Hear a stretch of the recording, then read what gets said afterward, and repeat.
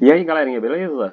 Estamos iniciando aí hoje a nossa primeira aula de Física 3 da Escola para a Faculdade. Para você aí que está terminando o seu ensino médio e está pleiteando aí entrar numa universidade aí no ano que vem, né? Vamos nessa! A Física 3 basicamente ela estuda fenômenos relacionados com a eletricidade. Existem outras coisas também envolvendo a Física 3, mas vamos focar nesse caso aqui na eletricidade. A eletricidade é um ramo da física que ela é dividida basicamente em três partes muito importantes. A primeira delas é a eletrostática, que estuda as cargas elétricas em repouso. A segunda delas é a eletrodinâmica, que estuda as cargas elétricas em movimento.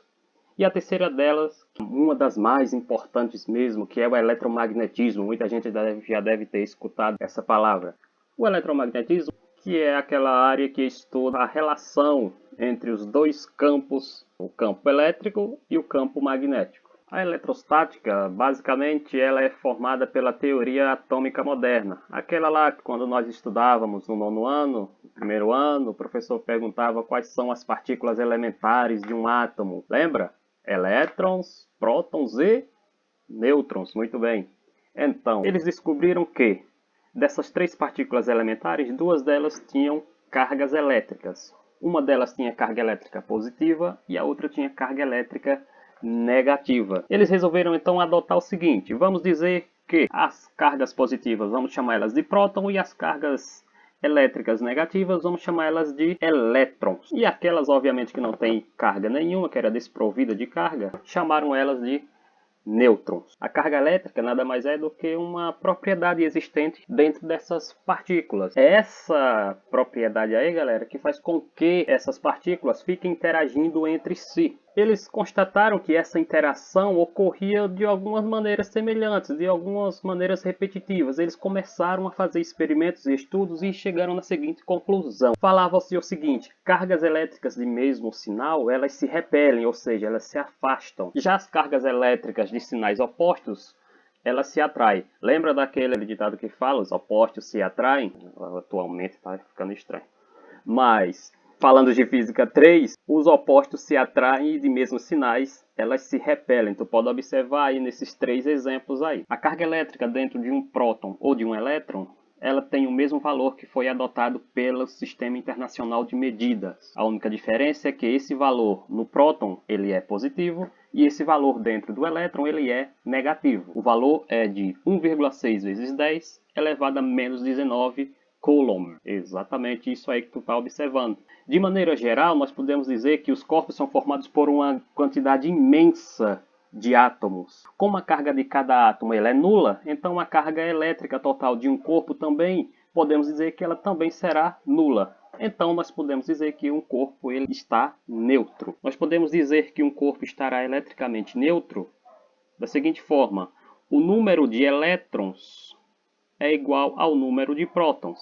Então nós podemos dizer que esse corpo está eletricamente neutro.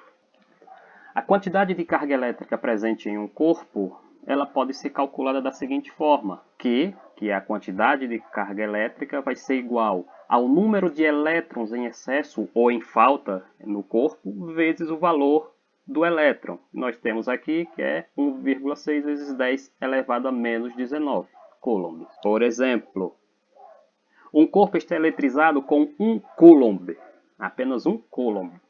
Quantos elétrons, então, ele tem em falta? Aplicando aquela equação nesse exemplo simples aqui, ficaria da seguinte forma: quantidade de carga será igual a 1 coulomb, o número de elétrons em falta é o que nós estamos tentando encontrar, e o valor do elétron é aquele mesmo lá, 1,6 vezes 10 elevado a menos 19.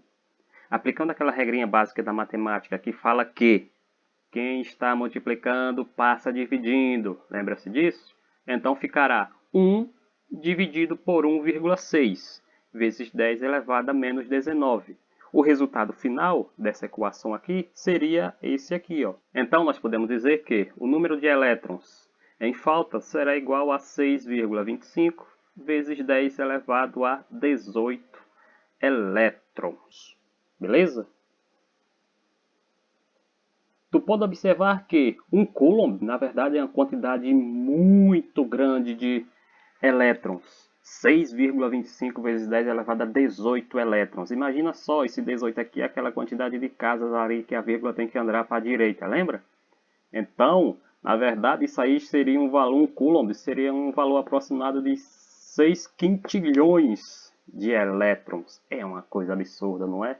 É por isso que seria quase que impossível a gente trabalhar com esse valor de elétrons aí.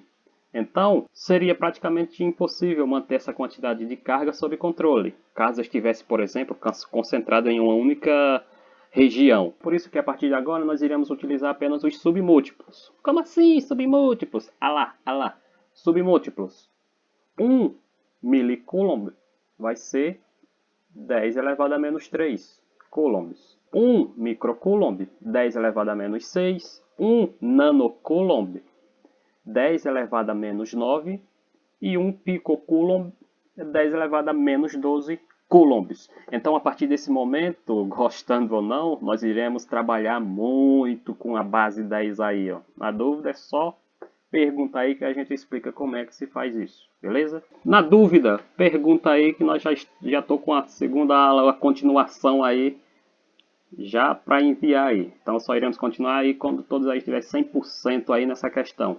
Qualquer dúvida que tiverem aí nessa questão anterior aí, ó, nesse primeiro exemplo simples aí, é só perguntar que a gente responde aí. Dúvida na base 10, dúvida como é que utiliza o valor do elétron, como é que se procede ali no cálculo, então só perguntar, beleza?